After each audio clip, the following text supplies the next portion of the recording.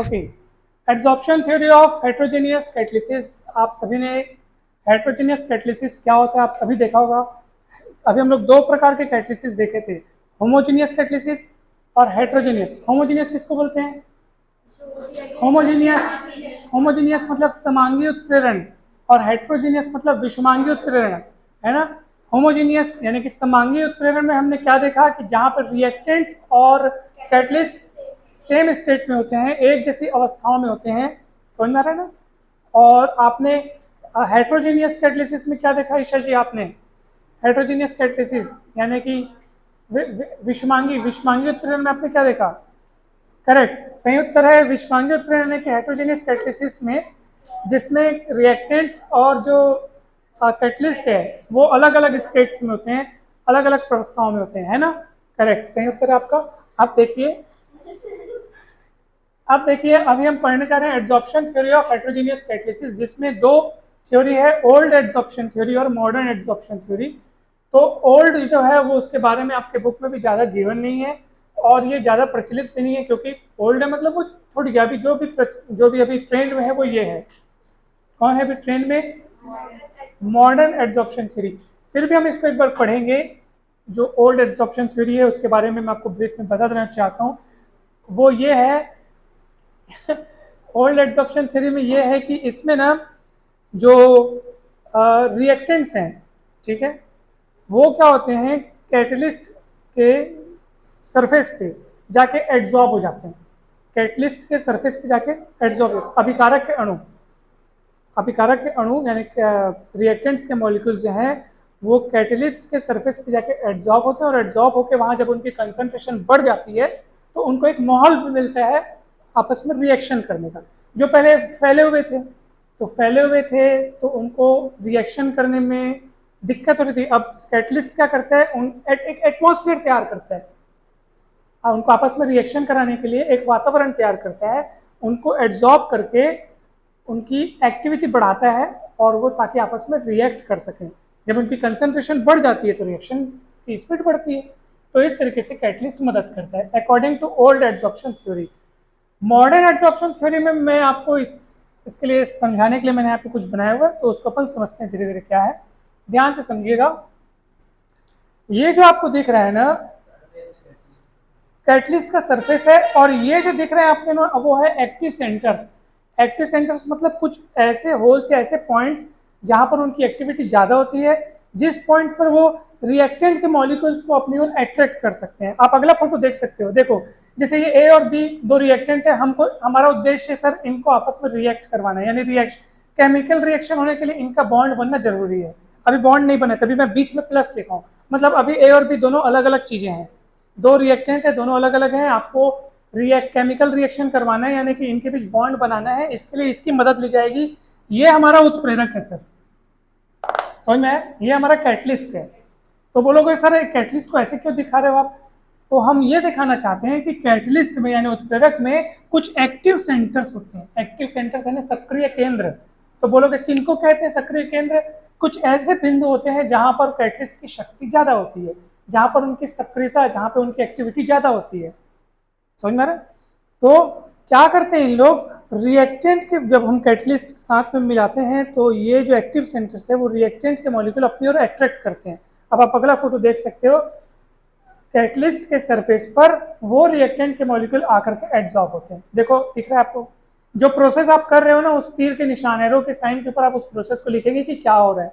यहाँ पे लिखा है, क्या लिखा है, adsorption of molecules A and B. मैंने शॉर्टकट में लिखा है, आप पूरा बुक से देख के पूरा डिटेल में आप लिखिएगा। तो ये एड्सॉर्ब हो रहा है, देखो यहाँ पे एक्टिव कैटलिस्ट के एक्टिव सेंटर्स पे जा करके वो रिएक्टेंट के मॉलिक्यूल एड्सॉर्ब हुए हैं, उनकी सतह पर आकर के बैठे हैं। याद रखिए ना, अधिशोषण जो हम लोग पढ़े थे, एड्सॉर्ब होना, देखो हम लोग पढ़े थे लेकिन वो कितना ज़्यादा, कितना उसका गहराई में यूज़ हो रहा है अभी, तो उसकी सतह पर जा करके वो एड्सॉर्ब हो जाते हैं। अब बोलोगे सर एड्सॉर्ब होने से क्या हो जाएगा पूरा? तो पहले वो एड्सॉर्ब जब नहीं हुए थे, जब वो अलग अलग थे, तो उनको केमिकल रिएक्शन करने के लिए एक प्रॉपर एटमॉस्फेयर अब मिल रहा है यहाँ पे। अब वो पास पास आ चुके हैं, समझ में आ रहा है? अब वो केमिकल रिएक्शन करके अब बॉन्ड बनने का काम चलता है। पिछले बॉन्ड बन रहे, देखो ये बॉन्ड बनने में ये लोग मदद करते हैं, ये कैटलिस्ट का रोल क्या है, कैटलिस्ट की भूमिका क्या होती है, क्या रोल प्ले करता है, वो केमिकल रिएक्शन को स्पीड बढ़ाता है, उनके बीच बॉन्ड फॉर्म करने में मदद करता है। तो ये बॉन्ड बन गया, जब बोलेगा हाँ ये बॉन्ड बन गया, चलो मेरा काम खत्म। अब उल्टा होगा, यहाँ क्या हुआ था, एड्सॉर्प्शन, एड्सॉर्ब हुए थे। क्यों एड्सॉर्ब हुए थे, बॉन्ड बनने के लिए। जब बॉन्ड बन गया, जब वो दोनों एक हो गए, अब वहां से डिसऑप्शन होगा, यानी कि अब अलग होने का काम होगा, फिर बेचारे लोग वापस अलग हो जाएंगे। अभी दोनों फर्क देखो, दोनों अलग अलग थे, अब माइनस नहीं दीदी, बॉन्ड बना है।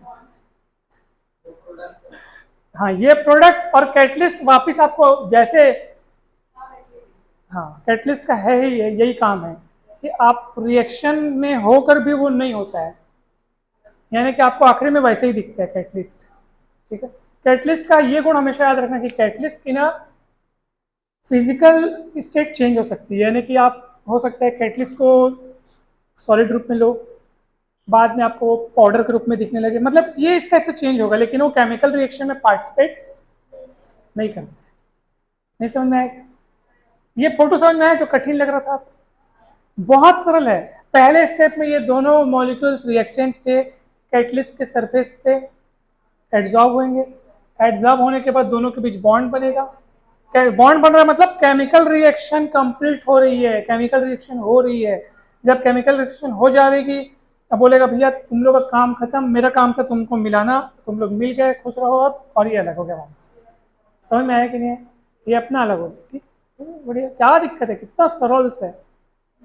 तो इसके पीछे भी रीजंस यही है कि कैटलिस्ट के सरफेस पर रिएक्टेंट के जब मॉलिक्यूल्स आते हैं तो ये इनके एक्टिव सेंटर्स पे जब एड्सॉर्ब होते हैं तो धीरे धीरे जब उनकी कंसंट्रेशन बढ़ती है तो उनकी एक्टिविटी बढ़ा करके ये उनके बीच बॉन्ड फॉर्म करने में मदद करते हैं, ये कैटलिस्ट।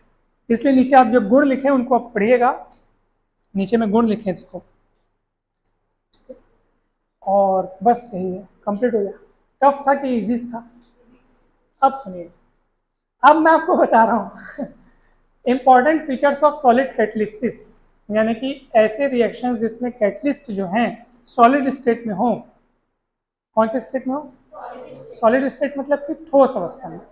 ऐसी अभिक्रियाएं जिसमें उत्प्रेरक ठोस अवस्था में हो, यानी कैटलिस्ट सॉलिड स्टेट में हो, तो ऐसी रिएक्शंस में क्या क्या लक्षण होते हैं, क्या क्या कैरेक्टरिस्टिक्स होते हैं, क्या क्या फीचर्स होते हैं ऐसी रिएक्शंस में।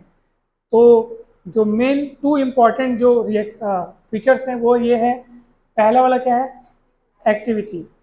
आप देख सकते हैं हाइड्रोजन और ऑक्सीजन के मिलने से वाटर बनता है।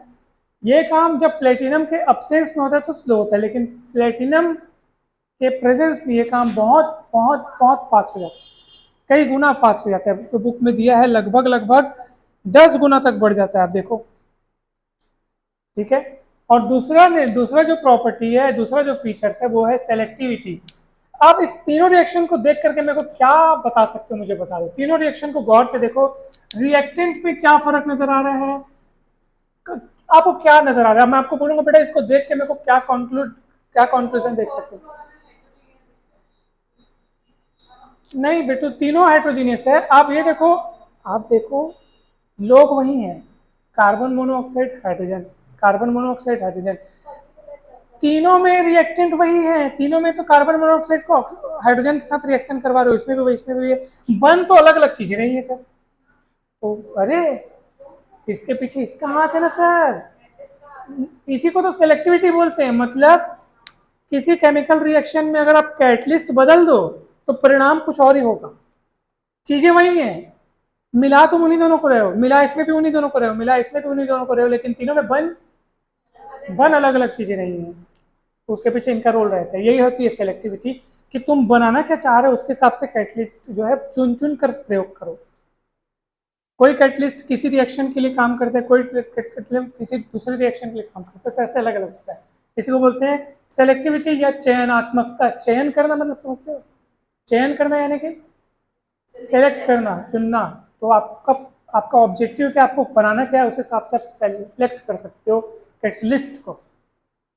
Is it clear to all of you? ठीक है, दिस टॉपिक कंप्लीट्स। समझ में आया कि नहीं आ गया? बहुत अच्छे से है, थैंक यू वेरी मच।